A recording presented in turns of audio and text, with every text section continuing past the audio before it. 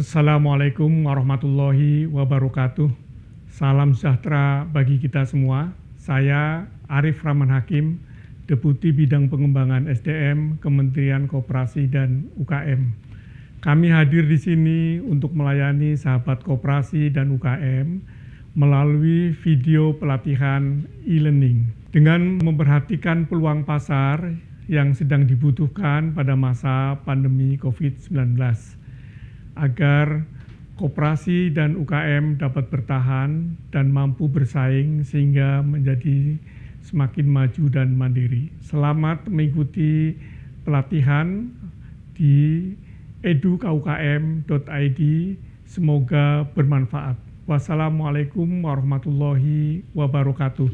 Siap bersama koperasi dan UKM. Bismillahirrahmanirrahim. Assalamualaikum warahmatullahi wabarakatuh. Baik sahabat UMKM, bertemu dengan saya Rin Jamrianti atau biasa dikenal dengan sahabat UMKM dalam sesi e-learning ya, video pembelajaran bersama Kementerian Koperasi dan UMKM.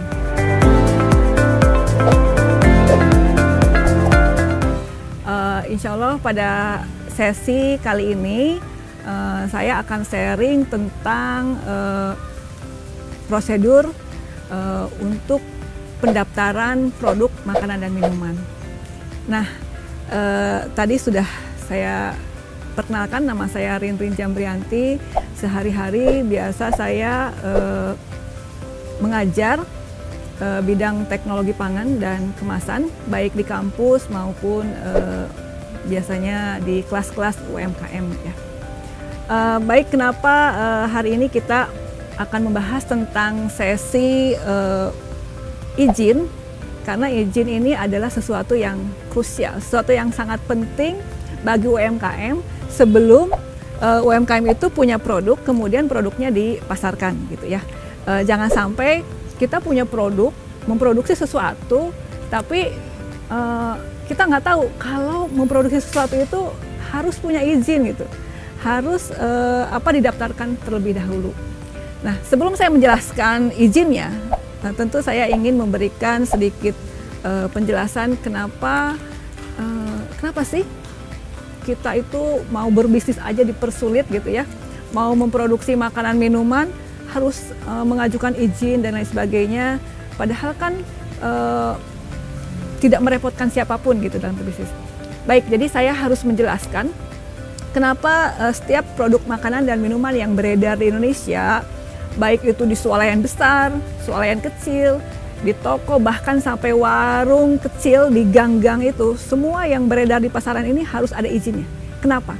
Karena bayangkan Bapak Ibu, andaikan kita sebagai konsumen membeli suatu produk yang ternyata produk itu diedarkan tanpa izin, berarti kita nggak tahu keamanan dari produk minuman yang kita beli ini. Tapi jika produk yang kita beli ini sudah ada izinnya, maka insya Allah dipastikan apa yang kita beli itu sudah terjamin keamanannya. Jadi adanya izin ini diharapkan semua produk makanan dan minuman yang beredar di Indonesia itu bebas dari bahaya, bebas dari risiko, bebas dari bahaya, baik bahaya fisika, bahaya kimia, maupun bahaya biologi gitu ya. Bahaya fisik misalnya tiba-tiba kita membeli suatu minuman, tiba-tiba ada pasir di dalamnya gitu kan, itu namanya bahaya fisik. Kemudian bahaya biologi misalnya, tiba-tiba beli roti berjamur gitu. Nah, kita dengan adanya izin ini diharapkan kita terhindar dari produk-produk yang seperti itu. Kemudian tentu adalah melindungi konsumen. Jadi konsumen di seluruh Indonesia saat dia datang ke toko, ke swalayan itu dia sudah dijamin keamanannya saat dia membeli produk makanan minuman apapun yang ada di toko itu. Makanya sekarang mungkin sahabat UMKM, Bapak Ibu, kalau sekali-kali punya produk kemudian menawarkan untuk dijual misalnya ke swalayan atau ke toko-toko yang besar, pasti itu salah satu yang diminta adalah, Ibu, produknya sudah ada izinnya belum? Nah, kalau belum ada izinnya, pasti mereka tidak mau menjualkan karena mereka tidak mau menanggung risiko itu. Itu yang kemudian kenapa sih izin itu harus didapatkan oleh Bapak Ibu sebelum produknya dijual ke pasaran. Lalu kemudian ada juga mungkin yang berpikir izin itu kan hanya milik perusahaan besar atau menengah saja. Kalau kita perusahaan kecil, industri rumah tangga, ya masih kecil lah, kenapa harus izin gitu lah. Ini yang keliru. Justru izin itu tidak pandang bulu. Baik industri mikro, kecil, menengah, besar, semuanya harus mengajukan izin sebelum produk makanan minuman yang diproduksinya dijual. Hanya nanti beda beda tahapannya, beda persyaratannya. Tentu ada satu keringanan buat kita yang masih skala kecil gitu, masih skala mikro. Nanti saya akan jelaskan itu. Tapi yang perlu dipahami, perlu diterima baik oleh kita sebagai pengusaha bahwa bismillah, kita menjadi pengusaha itu tentu bukan hanya mencari keuntungan, tapi kita ingin memastikan bahwa apa yang kita jual, apa yang kita produksi itu tidak meracuni orang lain gitu ya. Kalau Bapak Ibu jualannya kursi, meja, itu tidak ada food safety-nya, tidak ada unsur keamanannya. Tapi kalau jualannya makanan minuman, ini berhubungan dengan konsumsi seseorang. Bayangkan kalau misalnya Ibu Bapak bikin sari buah, kemudian nggak ngerti membuat sari buahnya, tiba-tiba sari buahnya hanya di jus gitu, di blender, kemudian dimasukkan ke dalam kemasan, dijual. Itu 1-2 hari pasti kembung, pasti tumbuh mikroorganisme di dalamnya. Lalu apa dampaknya? Dampaknya orang yang mengkonsumsinya minimal paling kecil dampaknya adalah sakit perut. Tapi tentu kan kita tidak ingin menyakiti konsumen, tidak ingin membuat konsumen itu sakit. Kita membuat suatu produk makanan minuman itu justru ingin selain kita memproduksi, berbisnis itu untuk mencari keuntungan, tapi tentu kita ingin memberikan nutrisi yang baik buat konsumen. Kita ingin semua konsumen yang membeli produk makanan minuman kita itu gizinya menjadi lebih baik, terbantu gitu kan. Setiap kita itu kan kita butuh vitamin, butuh asupan karbohidrat, lemak, protein dan lain sebagainya. Nah, kita punya peran memberikan memenuhi salah satu atau beberapa nilai gizi yang didapat dari produk yang kita buat. Jadi mari kita untuk menyadari betul bahwa memang sebelum kita menjual produk makanan dan minuman itu kita harus mempunyai izin terlebih dahulu. Baik, tentu sebelum kita menjadi produsen yang bijak, Bapak Ibu juga pernah menjadi konsumen kan. Nah, untuk menjadi produsen yang bijak, mungkin kita harus mulai belajar dari menjadi konsumen yang bijak. Di sini Bapak Ibu siapapun yang menonton video ini, jika Bapak Ibu membeli makanan atau minuman apapun, misalnya membeli snack seperti ini gitu ya, membeli minuman, tolong sekali-kali untuk dilihat apakah sudah ada izinnya. Nah, izinnya itu bisa dilihat. Mungkin Bapak Ibu kalau memproduksi membeli makanan minuman, akan dilihat komposisinya dan lain sebagainya. Nah, salah satu yang harus dilihat juga adalah adakah izinnya. Izin itu di sini tulisannya berbentuk misalnya PIRT nomor. Nah, itu izin. BPOM RIMD, BPOM RIML. Jika tidak ada salah satu izin itu, berarti produk itu masih ilegal atau belum melalui proses perizinan, sehingga food safety-nya, keamanannya belum terjamin gitu ya. Jangan pernah membeli jika itu belum ada. Nah, dengan kita tidak membeli, kita juga sudah mendukung keberadaan produsen yang baik. Karena berarti kalau kita membeli yang belum berizin, berarti kita mendukung dong keberadaan produsen yang ilegal itu ya. Nah, kemudian setelah menjadi konsumen yang bijak, tentu kita menjadi produsen yang bijak. Tadi saat kita jadi konsumen yang bijak, kita membeli sesuatu harus ada izinnya. Jadi saat kita menjadi produsen yang bijak, berarti produk yang kita buat harus mendapatkan izin. Baik, jadi saya ingin menjelaskan, sudah saya tadi sampaikan bahwa pemerintah juga memberikan keringanan buat industri rumah tangga ya, bahwa izin itu tidak sama semua gitu ya. Kalau perusahaan besar, menengah dan lain sebagainya itu ada tahapannya. Nah, jenis nomor pendaftaran ini ada 3 macam. Yang pertama itu yang namanya PIRT. PIRT ini dulu yang namanya SP atau sertifikat penyuluhan. Jadi biasanya ini nomor pendaftaran yang diberikan pada usaha mikro, kecil, dan menengah. Nah, PIRT ini mengajukannya ke Dinas Kesehatan kota atau kabupaten setempat, tempat di mana kita produksi. Jadi kalau misalnya kita produksinya di Kabupaten Bogor, berarti silahkan Bapak Ibu untuk datang ke Dinas Kesehatan Kabupaten Bogor untuk mendapatkan izin PIRT. Misalnya gini, saya punya KTP-nya Kota Bogor, tapi saya produksinya di Kabupaten Bogor. Kemana saya harus mengajukan? Izin ini tetap harus diajukan sesuai dengan lokasi tempat Bapak Ibu produksi. Jadi bukan KTP tempat kita tinggal ya. Nah, saat nanti Bapak Ibu mengajukan PIRT, itu nanti salah satu yang akan diberikan oleh Dinas Kesehatan adalah berbentuk penyuluhan. Jadi ada satu hari Bapak Ibu sebelum izinnya dikeluarkan akan ikut sertakan pada penyuluhan yang namanya cara pengolahan pangan olahan yang baik. Jadi biasanya dari jam 8 pagi sampai jam 4 sore itu akan diberikan materi-materi yang berhubungan dengan bagaimana memproduksi pangan yang baik, bagaimana sanitasi produk yang baik gitu ya. Kemudian bagaimana tentang GMP-nya, tentang good manufacturing practices-nya dan lain sebagainya, sampai detail itu akan dijelaskan. Sampai misalnya, oh iya kalau kita punya karyawan atau kita sendiri memproduksi makanan itu ada syaratnya loh. Pertama, kita tentu harus sehat gitu ya. Kedua, sampai harus diperiksa tidak boleh kukunya panjang. Tidak boleh nih kayak saya sekarang memakai cincin, itu nggak boleh kalau kita memproduksi makanan dan minuman. Karena ini bisa menjadi bahaya fisik. Kalau ini misalnya jatuh gitu ya, nanti masuk ke dalam makanan minuman yang kita produksi. Kemudian harus menggunakan tutup kepala.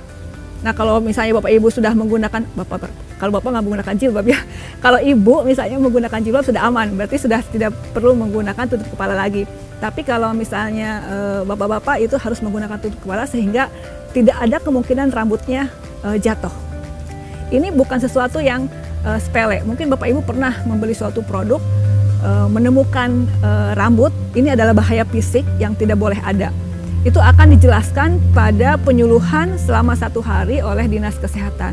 Nanti ada pretestnya, ada posttestnya. Apa fungsinya?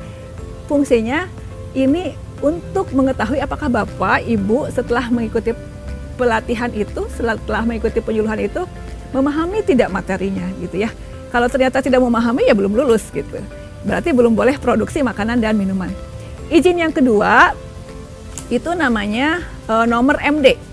Nah, nomor MD ini diberikan kepada produsen makanan minuman yang skalanya menengah besar atau dengan produk high risk. Jadi gini, maksudnya dengan produk high risk itu ada juga industri rumah tangga yang dia tetap tidak boleh menggunakan izin PIRT, tapi dia tetap wajib mengajukan MD karena produknya high risk.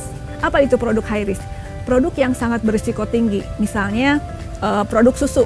Produk susu ini itu produk yang sangat mudah rusak, nilai gizinya sangat kompleks sehingga kalau rusak sedikit dia akan tumbuh mikroba-mikroba yang membahayakan, dan jika membahayakan tentu itu akan membuat konsumennya juga dampaknya bukan hanya sekedar sakit perut gitu ya, bisa jadi keracunan, bahkan dampak paling besarnya bisa sampai menimbulkan kematian. Sehingga untuk produk-produk seperti itu walaupun industri rumah tangga tidak boleh menggunakan PIRT, jadi tetap harus wajib MD. Kemudian yang ketiga adalah izin ML. Nomor ML ini itu diberikan pada produk makanan minuman yang beredar di Indonesia tapi berasal dari luar negeri. Jadi produk-produk impor yang datang ke Indonesia itu wajib mendaftarkan produknya ke Badan POM juga sebelum produknya diedarkan. Nah, jadi kalau misalnya Bapak Ibu membeli suatu produk, pastikan apakah ada nomor PIRT-nya. Kalau tidak ada PIRT, apakah nomor MD? Oh, ternyata memang bukan produk dalam negeri, berarti ada nomor ML. Kalau tidak ada ketiganya, berarti kemungkinan produk itu adalah ilegal dan sebaiknya tidak dibeli gitu ya. Nah kemudian produk ML ini biasanya diajukan ke Badan POM pusat di Jakarta gitu ya. Karena Badan POM itu kita ada di setiap provinsi, jadi nanti kita bisa mengajukan sesuai dengan lokasinya masing-masing, tapi untuk beberapa kasus itu harus ke Badan POM pusat. Baik, tadi saya sudah jelaskan bahwa mengajukan PIRT ke Dinas Kesehatan atau kota atau kabupaten ya, mengajukan MD dan ML itu ke Badan POM. Badan POM itu ada yang pusat di Jakarta, di Jalan Percetakan Negara, atau di setiap provinsi itu ada kantor Badan POM. Nah, makanya kenapa PIRT ini daftarnya ke Dinas Kesehatan Kota atau Kabupaten ini untuk memberikan keringanan pada kita sahabat UMKM bahwa tidak harus jauh-jauh datang ke ibu kota provinsi untuk mendapatkan izin. Cukup hanya ke ibu kota, kabupaten atau kota. Sehingga ini yang teman-teman yang mungkin produksinya di daerah gitu ya, di pedesaan, punya kemudahan untuk mengajukan izinnya. Baik, nah wajib izin edar ini sebenarnya memang tidak ada kekecualian, berlaku untuk semua produk pangan yang diedarkan di Indonesia. Tadi sudah saya sampaikan bahwa ada PIRT, ada MD. Tadi PIRT untuk industri kecil, industri mikro, MD untuk industri besar. Tapi tadi saya sudah sampaikan juga ada kekecualian. Kekecualian ini menyangkut tadi satu yang high risk. Saya mau memberi contoh yang produk-produk yang high risk ini. Itu contohnya adalah pangan yang diproses dengan metode sterilisasi komersial dan pasteurisasi. Kalau Bapak Ibu lihat produk makanan minuman biasanya yang disimpan di pendingin, kalau di swalayan itu misalnya susu pasteurisasi gitu ya. Kemudian ada yogurt, ada Yakult dan lain sebagainya. Itu adalah produk-produk yang high risk karena dia harus disimpan di pendingin yang selain mutunya harus terjamin juga tempat penyimpanannya juga harus terjamin. Harus terjamin mulai dari produksi, kemudian setelah diproduksi harus disimpan di ruang pendingin, distribusinya nanti dari pabrik nih ke toko itu juga harus menggunakan mobil pendingin. Nah, nanti dijual di tokonya itu harus dipastikan tokonya juga menggunakan pendingin yang suhunya juga terjaga gitu ya. Banyak juga toko yang menggunakan pendingin tapi ternyata pendinginnya tidak memenuhi standar gitu. Ada yang suhunya ternyata masih agak panas walaupun dia pendingin. Nah, yang lebih berbahaya lagi adalah jika toko atau swalayan itu tidak punya yang namanya genset. Saat listrik mati, maka produknya pun akan rusak gitu. Kalau matinya misalnya lebih dari 6 jam. Jadi memang ada suatu kewajiban nanti pada warung dan toko yang dititipkan produk dingin ini, dia harus mempunyai genset sehingga saat listrik dari PLN mati, dipastikan pendinginnya tidak mati gitu. Karena kalau dia matinya lebih dari 6 jam, bisa jadi produknya sudah rusak. Jadi sudah tidak bisa dikonsumsi lagi. Baik, kemudian untuk mendapatkan MD, tadi saya sudah sampaikan itu ke Badan POM. Dan Badan POM juga sudah memberikan kemudahan, apalagi saat pandemi seperti ini ya. Jadi pendaftaran MD ini boleh memilih, bisa offline, bisa juga online. Nah, online ini sebenarnya sudah Badan POM sudah memberikan kemudahan sebelum pandemi ada. Tapi setelah pandemi ada, lebih dipermudah lagi. Nah, kita juga bisa konsultasi lewat online dan lain sebagainya. Nah, tahapan pendaftaran untuk mengajukan MD ini sebenarnya ada di websitenya Badan POM, www.bpom.go.id ya. Di situ komplit semua. Kalau misalnya mengajukan offline, saya kasih gambaran sedikit. Kalau offline biasanya kita mengisi formulir pendaftaran, kemudian nanti di situ ada formulir-formulir yang harus diisi, kita harus isi semua. Kemudian ada persyaratan yang harus diberikan. Itu juga persyaratannya harus dilampirkan semua. Kemudian mungkin nanti yang agak lama itu di pemeriksaan kualitas produk dan standar label atau kemasan. Kualitas produk sebenarnya saat kita mengajukan MD tentu harus punya hasil uji lab. Nah ini jadi sebelum mendaftarkan ke Badan POM biasanya kita diminta untuk menguji dulu produk makanan minuman kita ke lab yang terakreditasi, sehingga saat mengajukan ke Badan POM kualitas produk kita sudah terjamin. Nanti paling yang agak lama pemeriksaannya adalah di standar kemasan atau label. Nah pada label ini Bapak Ibu, kalau kita bicara label ya, ini produk makanan minuman, ini kemasan. Kemasan itu sesuatu yang membungkus, mewadahi, tidak ada tulisan. Nah, yang namanya tulisan ini ada warna-warni tulisan itu namanya label. Jadi nanti akan diperiksa itu bukan hanya kualitas kemasannya harus food grade, harus standar sesuai makanan dan minuman, tapi labelnya juga akan diperiksa. Nah, apa yang akan diperiksa pada label ini? Itu biasanya setiap kata, kalimat, gambar yang ada pada label ini kita harus tahu maknanya. Saya sedikit akan menjelaskan bahwa pada label ini saya sering ketemu sama UMKM. Kenapa kamu menuliskan ini? Kenapa Bapak Ibu menuliskan itu? Jawabannya, ya habis di produk makanan minuman yang lain juga ada tulisan itu. Jadi dia nggak ngerti sebenarnya menuliskan 100% Indonesia gitu ya, buang pada tempatnya dan lain sebagainya. Padahal sebenarnya pada label itu ada aturannya. Saya ingin menjelaskan bahwa pada label ini ada aturan yang sifatnya wajib.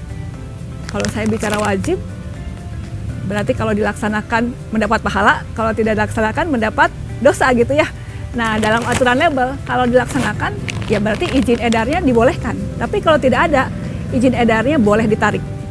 Gitu. Jadi produk makanan minuman yang pada labelnya tidak dicantumkan beberapa hal yang wajib, maka jika ditarik dari peredaran itu dia harus nerimu gitu. Jadi itu ada yang hukumnya sunnah. Nah hukumnya sunnah ini adalah informasi pada kemasan yang sifatnya kalau ada itu mendapat pahala gitu ya, itu ada suatu kebaikan. Tapi kalau tidak ada nggak apa-apa.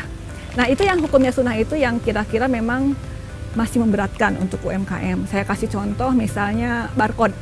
Nah, barcode itu kan pada makanan dan minuman kan ada untuk memudahkan scan harga ya. Tapi karena mendapatkan barcode ini mungkin biayanya untuk UMKM masih terbilang mahal, maka pemerintah belum mewajibkan. Tapi kalau ada, itu sunnah. Jadi kalau ada itu adalah kelebihan dari produk itu. Nah, kemudian yang ketiga, itu ada yang hukumnya haram. Jadi pada label itu tadi, ada yang hukumnya wajib, ada yang hukumnya sunnah, ada yang hukumnya haram. Saya ingin memberi contoh yang hukumnya haram pada label itu adalah contohnya mengklaim.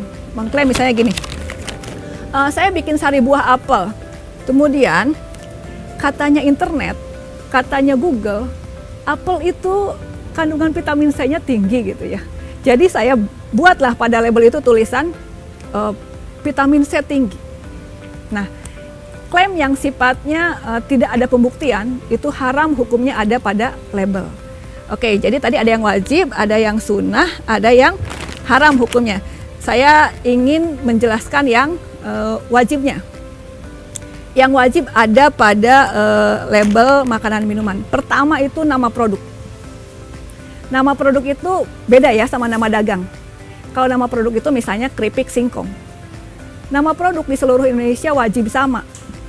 Jadi kalau misalnya jangan mentang-mentang di Jawa Barat namanya keripik sampe gitu, nggak bisa. Kalau nama produk itu di seluruh Indonesia wajib sama. Kalau keripik singkong berarti harus keripik singkong. Beda dengan nama dagang. Kalau nama dagang itu wajib berbeda justru. Satu sama lain tidak boleh ada yang sama. Satu ya nama produk, kemudian yang kedua adalah daftar bahan atau komposisi. Nah komposisi ini tidak boleh ada yang disembunyikan. Semua harus dituliskan. Jenisnya saja tapi ya jumlahnya tidak perlu. Nah misalnya ini saya rahasia loh, saya bikin asinan pakai terasi, tapi orang kan ada yang nggak bikin terasi, ini rahasia saya bikin terasi. Jadi saya tidak mau dalam komposisi itu terasi dituliskan, karena nanti orang tahu dong kalau saya pakai terasi misalnya. Nggak bisa, itu harus dituliskan. Kenapa? Banyak konsumen sebelum membeli suatu produk makanan minuman itu melihat komposisinya, karena terkait dengan kondisi tubuhnya. Misalnya saya kasih contoh, ada orang yang alergi udang misalnya ya. Kalau alergi udang, tentu dia akan menghindari mengkonsumsi udang dan produk olahan udang. Nah, saat dia misalnya melihat pada komposisinya ada ebi, udang gitu ya, ada terasi, dia tidak akan mau mengkonsumsi. Nah, saat terasinya diumpetin, oh ternyata di komposisinya nggak ada terasi, dibelilah tuh produk, dimakanlah tuh produk gitu ya, dimakanlah itu produk oleh konsumennya. Karena dia alergi terasi itu, alergi udang, setelah mengkonsumsi produk, badannya merah-merah, bentol-bentol. Siapa yang dosa? Yang dosa tentu adalah produsen yang membuatnya. Karena sudah membohongi konsumennya, karena ada komposisi yang disembunyikan. Jadi tolong Bapak Ibu, komposisi itu harus dituliskan semuanya. Dan satu lagi, dituliskan dari yang paling banyak pemakaiannya ke yang paling sedikit. Misalnya, sari buah jeruk. Sari buah jeruk, apa yang paling banyak? Air, nggak mungkin jeruk. Kalau yang kemungkinan banyak jeruknya itu adalah sirup. Jangan sampai gara-gara pingin disebut jeruknya asli, kita tulis di komposisi itu jeruk dulu, baru air. Tapi harus air dulu, baru jeruk. Jadi harus diurutkan dari yang paling banyak penggunaannya ke yang paling sedikit. Kemudian yang ketiga adalah yang wajib ada berat bersih. Nah, berat bersih berlaku jika produknya adalah berbentuk padatan. Nah, kalau berbentuk cairan, itu namanya isi bersih. Nah, satuannya juga jangan lupa, ini tidak boleh sembarangan. Kalau berat bersih satuannya adalah kilogram atau gram. Kemudian mungkin zaman sekolah kita pernah belajar namanya MKS, CGS gitu ya. Boleh itu kilogram, gram disingkat. Tapi menyingkat itu sesuai dengan kata.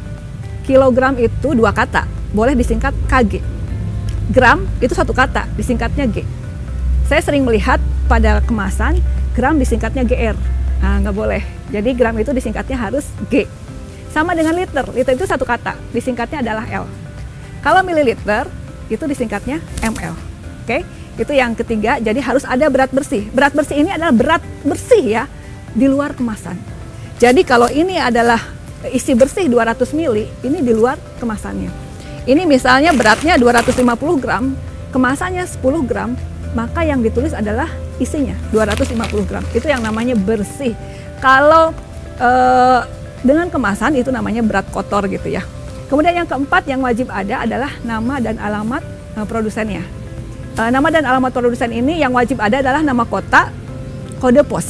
Jadi misalnya diproduksi oleh UMKM misalnya KWT gitu ya, kelompok wanita tani maju makmur, maka diproduksi oleh KWT Maju Makmur Kota Bogor, kode pos.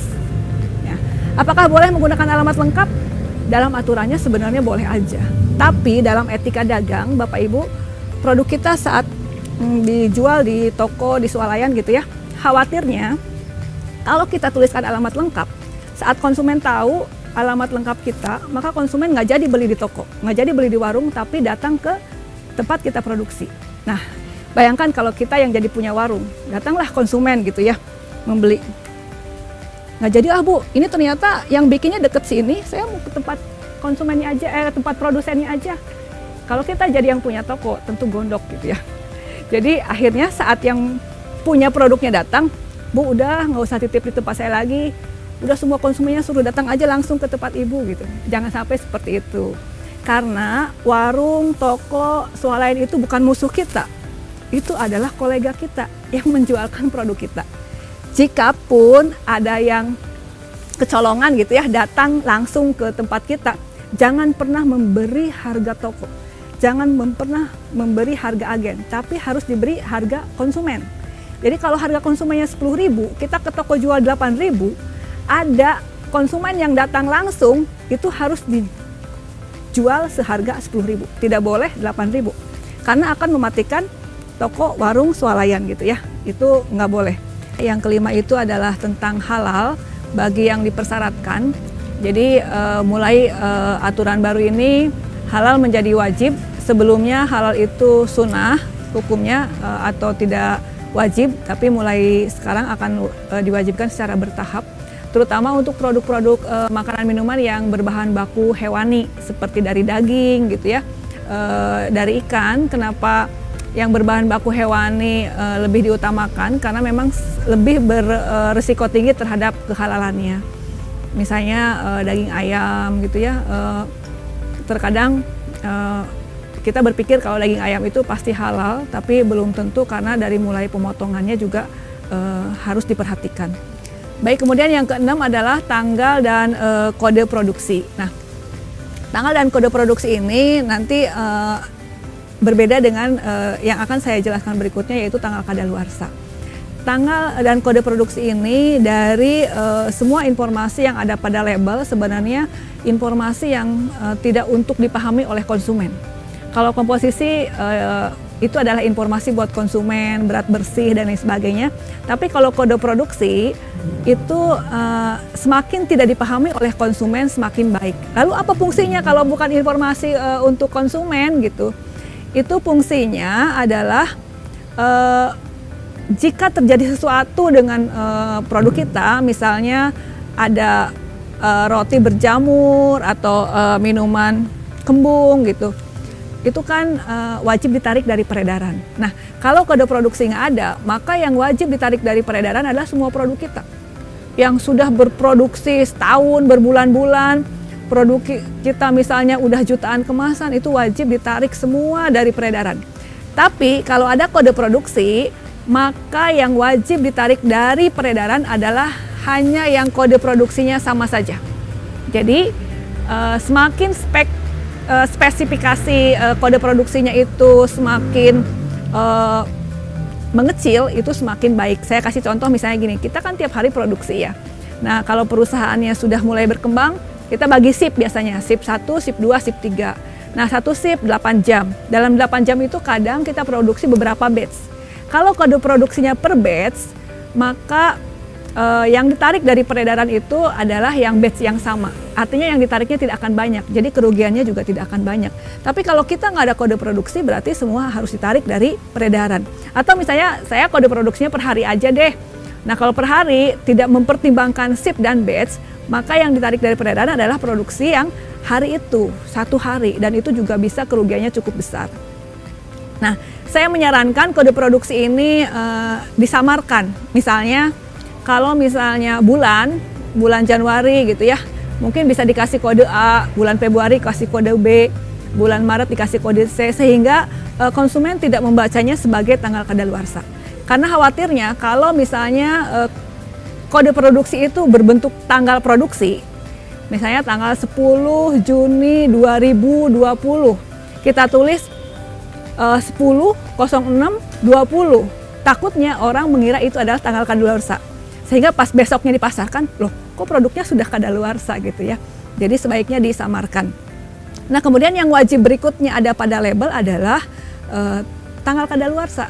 Nah, tanggal kadaluarsa yang harus ada pada label. Tapi tanggal kadaluarsa itu harus dituliskan menggunakan bahasa yang bisa dipahami oleh konsumen di seluruh Indonesia. Badan POM selalu mengambil standar itu bukan standar orang yang pemahamannya tinggi atau yang di perkotaan saja, tapi yang kita mencoba untuk itu bisa dipahami oleh seluruh masyarakat Indonesia. Jadi biasanya kita mengujikan justru pada masyarakat di pedalaman, orang-orang yang kira-kira tidak paham, ngerti nggak apa itu kata kadaluarsa. Nah, ternyata menurut penelitian kita banyak orang tidak paham apa itu kata tanggal kadaluarsa, sehingga pada kemasan Bapak Ibu nanti kalau boleh, kalau membeli makanan minuman silahkan dicek. Kalau sudah ada nomor PIRT-nya, sudah ada MD-nya, pasti tulisannya adalah baik digunakan sebelum. Baik digunakan sebelum. Kenapa? Karena kata baik digunakan sebelum ini adalah kalimat yang paling dipahami oleh hampir semua masyarakat Indonesia. Lalu boleh tidak menggunakan bahasa Inggris, bahasa Jerman, bahasa Mandarin, bahasa Arab? Boleh. Tapi kalau produknya diedarkan di Indonesia, yang wajibnya tetap bahasa Indonesia, yang lainnya sunnah. Kecuali kalau kita ekspor. Kalau ekspor, yang wajibnya adalah bahasa Inggris, gitu ya. Tapi kalau di Indonesia mau kita gaya-gayaan pakai bahasa Inggris, tetap bahasa Indonesianya harus ada. Bahkan yang produk dari luar, impor, kalau datang ke Indonesia, dia harus menambahkan label yang ada bahasa Indonesianya, terutama informasi-informasi yang penting, gitu. Karena khawatir konsumen di Indonesia tidak semuanya paham bahasa Inggris. Oke, jadi yang berikutnya adalah yang ke-8, nomor izin edar. Nah, nomor izin edar ini adalah yang pada sesi ini yang tadi saya jelaskan. Jadi itu hukumnya wajib ada pada label. Nah, kalau yang lain mungkin kita bisa dapatkan dengan cepat, komposisi dan lain sebagainya. Nomor izin edar tentu kita harus mendapatkannya tadi sesuai yang saya jelaskan. Kalau PIRT ke Dinas Kesehatan, kalau MD ke Badan POM. Nah, kemudian yang terakhir, yang ke-9 adalah asal-usul bahan pangan tertentu. Ini jika sahabat UMKM semuanya, Bapak Ibu menggunakan bahan yang khusus, seperti misalnya organik atau pangan rekayasa genetik dan lain sebagainya. Tapi jika tidak menggunakan bahan pangan khusus, maka itu tidak perlu dituliskan. Baik, nah tadi termasuk label pangan dan lain sebagainya. Persyaratan apa saja yang harus ada saat kita mengajukan MD? Saya lampirkan berikut. Bapak Ibu bisa lihat. Ini adalah persyaratan saat kita mengajukan MD. Kemudian berikutnya saya juga memberi contoh formulir yang harus Bapak Ibu isi. Ada formulir A, formulir B, formulir C, formulir D. Ini yang harus diisi. Kemudian petunjuk pengisiannya juga saya berikan contoh. Nah, setelah kita mengajukan MD, nanti kita akan mendapat surat tentunya dari Badan POM. Biasanya setelah produk kita, kemudian pabrik kita diaudit ya ke lokasi, ada surat jawabannya diterima, ada diterima dengan perbaikan, dan ada ditolak. Kalau langsung diterima berarti kita langsung dapat nomor MD. Tapi mayoritas biasanya adalah diterima dengan perbaikan. Jadi kita harus memberikan perbaikannya kepada Badan POM. Setelah memberikan perbaikan, baru kita akan mendapatkan nomor MD-nya. Nah, jika ditolak, berarti kita harus mengajukan ulang. Jadi nanti saya kasih contoh formulir-formulirnya. Ini bisa dilihat ya oleh Bapak Ibu.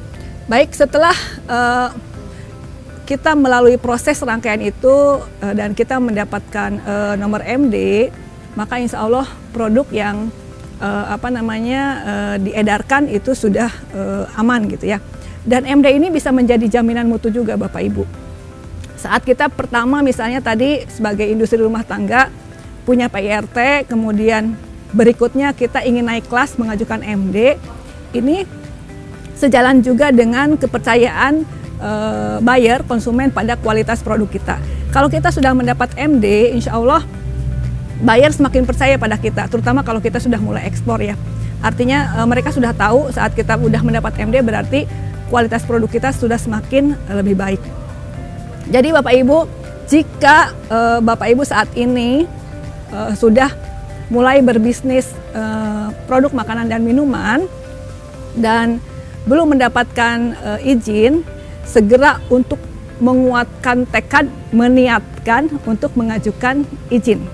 Karena jika tidak ada izinnya, jangan salahkan jika suatu saat ada petugas yang datang ke tempat Bapak Ibu dan menarik produk Bapak Ibu dari peredaran.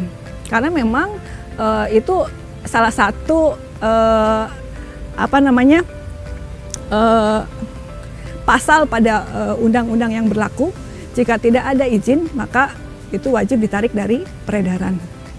Nah, penarikan produk ini tentu sangat disayangkan jika terjadi gitu ya. Karena seringkali UKM itu merasa sebagai industri kecil, industri yang baru berkembang, tapi kemudian berpikir tidak wajib untuk mengajukan izin. Padahal kita kecil itu pasti ingin menjadi besar. Khawatirnya saat sudah mulai besar, sandungannya adalah ketahuan tidak ada izin. Nah, sudah mulai berkembang, tidak ada izin, akhirnya produknya ditarik dari peredaran. Kalau sudah ditarik dari peredaran, itu nanti kalau kita sudah punya merek, maka merek kita mungkin di blacklist, bukan hanya oleh instansi berwenang, tapi juga oleh konsumen. Baik, sahabat UMKM semua, Bapak Ibu, tadi saya sudah sampaikan kenapa kita harus mempunyai izin edar, bagaimana mendapatkannya, persyaratannya, dan lain sebagainya. Jadi saya harap Bapak Ibu yang belum mempunyai izin edar segera untuk menguatkan tekad ya, menguatkan niat untuk mendapatkannya. Jangan pernah percaya kata orang bahwa mengurus izin itu sulit, tapi kita sendiri belum pernah mengajukannya, belum pernah mencobanya. Silahkan dicoba, insya Allah setiap niat baik itu selalu akan dimudahkan. Semoga sesi kali ini bermanfaat buat Bapak Ibu dan sampai bertemu dengan saya di sesi berikutnya. Terima kasih. Wabillahi taufiq wal hidayah. Wassalamualaikum warahmatullahi wabarakatuh.